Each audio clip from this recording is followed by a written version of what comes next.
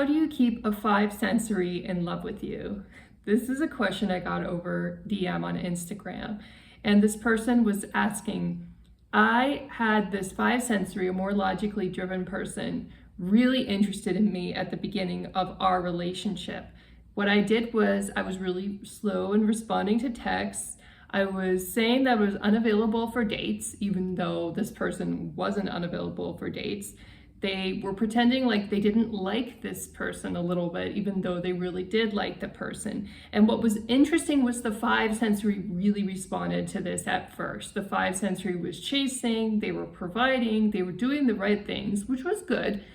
But unfortunately, this was coming from the game of like hard to get.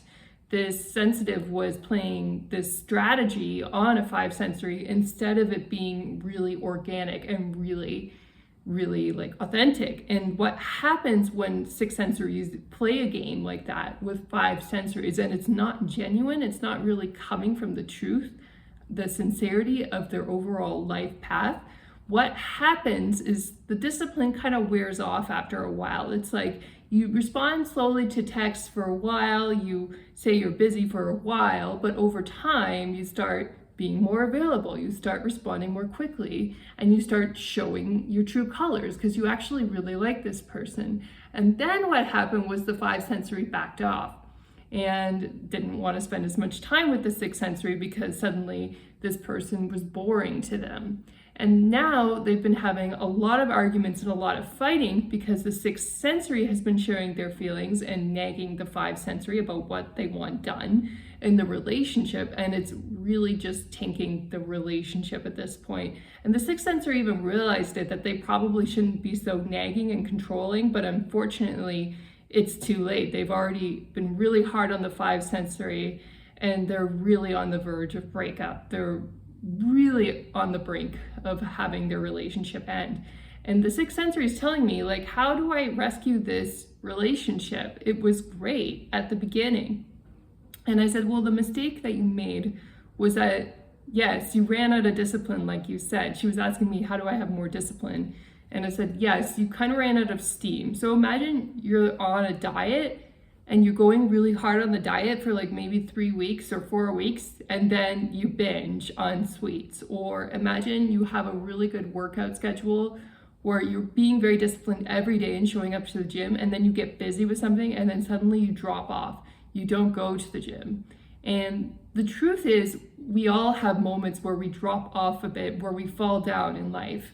And the key is to get back up. If you've been struggling with your discipline and you lost your way, don't worry about what's happened in the past. I mean, it's possible that your lack of discipline may end the relationship, but if you've done the best that you can, worry about changing your life and transforming your life in a genuine way so you can live that discipline every single day, but do it in a very real and authentic way. So one of the other mistakes this sensitive made, other than just struggling with discipline, was the game that she was playing was not coming from an authentic place. Okay, so there's like a difference between like a real authentic handbag or pair of shoes from a brand name like Nine West or Prada, but then there's the fake ones, right? You see the fake ones a lot online, and the real ones will last a long time. They show up on the secondhand market because they're still good quality and you can keep wearing them for a long time. But the fake ones fall apart. And that's what happens when six sensories try to pretend that they've raised their vibration, but they haven't really. They're still behaving in the same old non-productive ways in their relationships and getting themselves into trouble, getting themselves broken up with or divorced. And what you need to do instead as a six sensory is live your life from that perspective where you are genuinely busy, being of service with people, and fill your life with meaningful activities. And it doesn't necessarily mean you work yourself to death either. I'm not necessarily suggesting that, although finding things to work on that are important to you will be extremely helpful. What you also want to fill your life with as well is your friendships, your family, and fun activities. Interesting stuff like going and learning about a new topic that you've never learned before, taking a new class, getting to know new people, Mixing it up. These things are very, very important for your mental health, and they also keep you busy. You could, even if you have a really great fitness routine, you can always change it up, like try a different form of fitness you've never done before. And that also has side benefits where your body usually loses more weight and get more fit when you try something different and you kind of shock your body with a new activity. It's a good thing.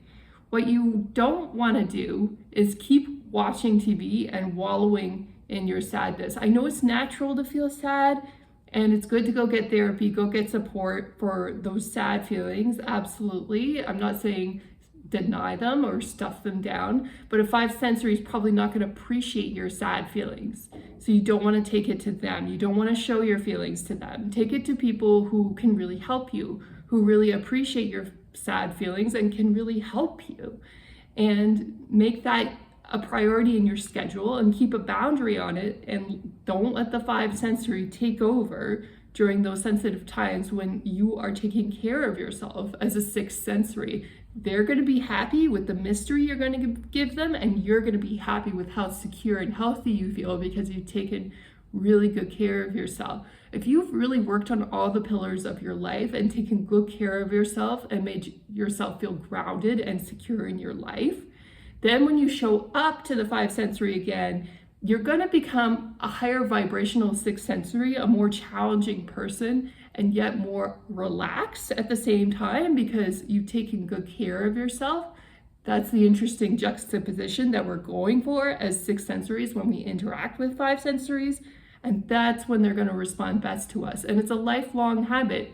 We have to take good care of ourselves until we die, basically as six sensories. There's no end to it. No more slacking off.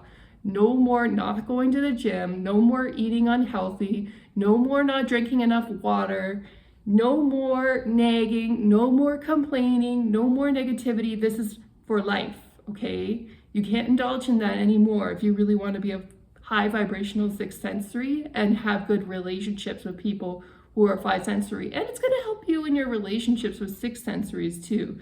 The more you're able to be strong and show up in a way that's productive, you can help other six sensories as well who really need your support. And that's part of the reason why we're born six sensory, is because we understand the plight of other six sensories and we have that compassion and that empathy to help each other. I hope you enjoyed my lesson today on how to make love last with the five sensory. It has to be genuine. Your discipline has to come from a real place. And if you've transformed your life and you discipline yourself to do things that are important to you and you're busy for those reasons, that's when your mystery is going to be authentic to that five sensory and they're going to really want to relate with you as a sixth sensory.